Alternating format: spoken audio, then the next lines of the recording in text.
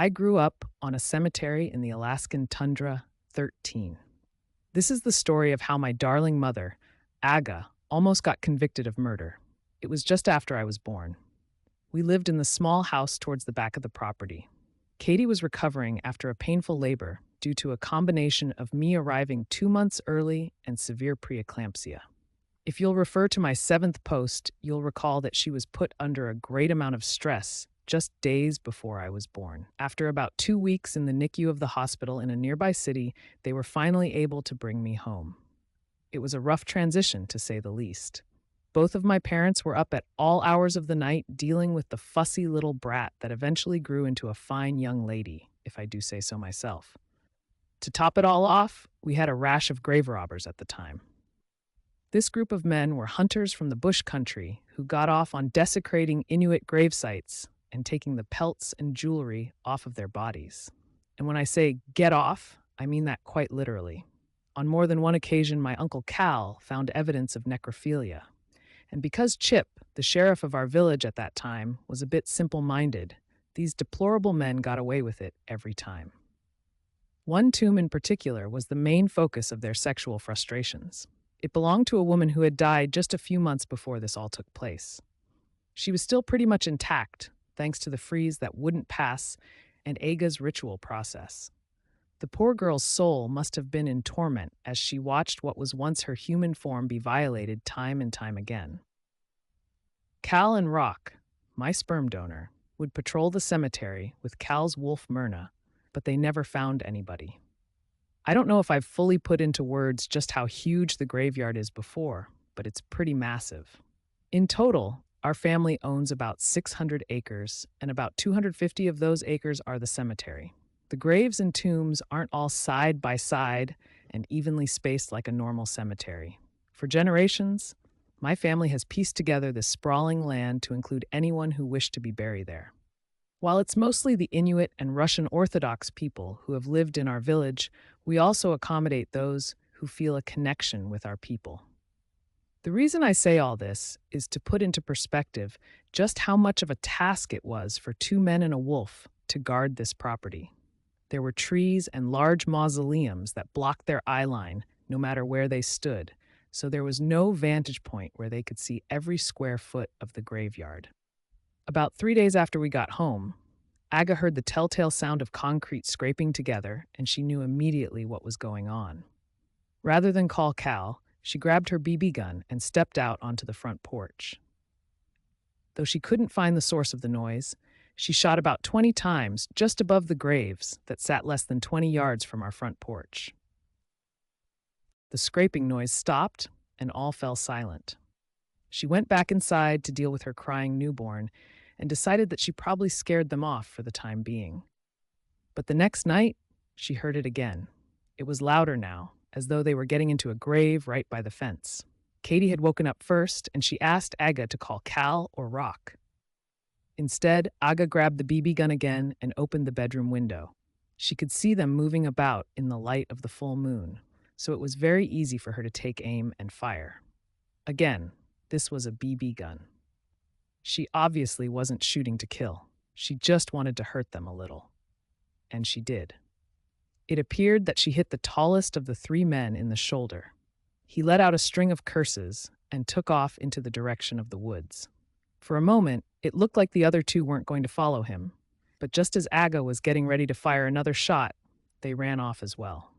Once more, I had woken up during the commotion. Irritated that these asshats had kept our family from getting a full night's rest again, Aga and Katie agreed that it would be best to contact Chip and tell him that there would be consequences if he didn't have the situation taken care of. For once, Aga was being the more hot-headed of the two. She sat down at the kitchen table that morning and wrote a letter to the sheriff. She knew that it would be better to give him something in writing, because she was honestly afraid she would lose her cool if she tried to actually speak to him in person. She was running on a total of about 2 hours of sleep over the course of 4 days, so she wasn't herself. At first, Katie proofread the letter, and when she said that it should have been more aggressive, Aga realized that it wasn't a great idea to have her equally sleep-deprived Irish wife look it over. So, after Cal helped her tone it down a bit, she had him deliver it to Chip that afternoon. She recalls that it was a rather amicable letter overall. It just stated that they were still dealing with the same men who had been desecrating the graves, and that she would take care of it herself if she had to. She said that she'd get her father's real gun, or that she'd tell the spirits to kill the bastards. The last part was bullshit, and she knew it. But again, she was pissed and exhausted. Chip didn't send a reply. He just told Cal that he would do what he can, but he wasn't able to come out at night because he had night blindness. Real cop material. Aga and Katie were pissed to say the least, but luckily, the men didn't show up again after that. After a month of zero disturbances, they thought that Chip had somehow done his job. But when the sheriff knocked on their door one morning, they realized that wasn't the case. Chip was flanked by two policemen from the nearest city as he asked if they could step inside. Aga was the one who answered. She was getting ready to head into the funeral home, and Katie was still asleep. They insisted that they needed to speak with both women, so Aga woke her wife and brought her out into the living room. They sat down on the couch, but the three men chose to stand, which made my mother's rather uncomfortable. Chip asked them a few innocuous questions at first, like how they were coping with their new baby and what their daily routines were. Despite being slightly caught off guard by their early morning visitors, my parents were very polite and they responded to him with genuine answers. Finally, one of the officers that they didn't know stepped forward and laid a few pictures out on the coffee table. They appeared to be of three different men with various wounds on their faces and necks. Katie remembers being nauseated by the photos. She was still a bit fragile after giving birth, and everything seemed to put her on edge. Aga, on the other hand, dealt with dead bodies for a living.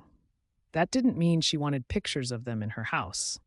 When she demanded to know what was going on, the same officer explained that the three men had been found dead in the woods just a half-mile from our property line. They had the same ivory jewelry that Aga had reported missing a month prior. Deducing that these were the grave robbers that had been plaguing them, my mothers immediately knew why the police were paying them this kind visit. Chip held up the letter she had sent to him. He had placed it in a Ziploc bag as though he were some kind of big-time detective. Aga says he probably had done it to impress the real police. He asked her if she had anything to do with the men's deaths. No, Aga said, resisting the urge to roll her eyes at the Barney Fife of our town. When Chip pointed out the part of the letter where she had threatened to get her father's gun, Aga asked if the men had been shot. She directed her question at one of the real officers, though, because she was done entertaining Chip's fantasy. It appears their necks were broken. The second officer replied, "No bullet wounds." He exchanged a look with his partner, and it was obvious that they were wondering why they were there just as much as my parents were. "They weren't shot, but you did make further threats," Chip quickly went on. Aga took the letter from him because she honestly couldn't remember what she had written. When she realized what he was referring to, she couldn't stop herself from laughing. He was talking about her claims to seek help from the spirits to take care of the men. When she pointed out that something of that nature wasn't possible, Chip flushed with discomfort. He was white, and he obviously had no idea how the Inuit afterlife worked. Spirits were like Casper, the friendly ghost. They didn't do our bidding for us. But apparently, Aga's little light-hearted threat had struck a chord with him, and he was under the impression that she had brought forth some kind of spiritual apocalypse on our town. The officers took over from there. They still had to consider Aga as a suspect because of the evidence they had. They questioned her further, asking where she had been for the past few nights. She had been home, but Katie and some other family members who had come out to visit us could provide alibis for her. Finally, they left and they never came back for a follow-up. The case is still unsolved. Aga will never say this to anyone outside of the family, but she's convinced that it was in fact spirits that killed the grave robbers.